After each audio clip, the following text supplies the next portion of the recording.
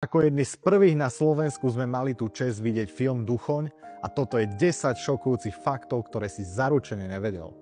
Maska, ktorú v snímke nosil Vladko Plevčík, sa v lete počas horúčav začínala topiť. Preto sa mohol riadne nájsť len predtým, ako ho zamaskovali. Túto masku vytvoril masker Martin Jankovič. A aby maska vyzerala vierohodne, strávil Vladko až 6 hodín v maskerni. Vo filme mohli odznieť niektoré zahraničné cover piesne, no museli tvorcovia dodatočne vybavovať práva.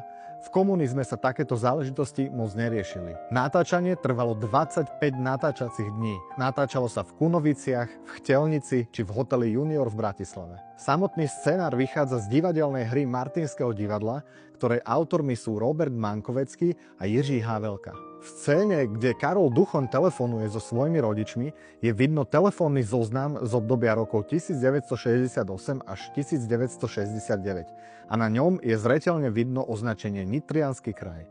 Ten však v tom období neexistoval. Nitra bola súčasťou západoslovenského kraja. Tak čo, zájdete na film Duchoň do kina aj vy? Od 31. júla ho môžete vidieť. Ak áno, dajte nám follow pre viac podobných faktov.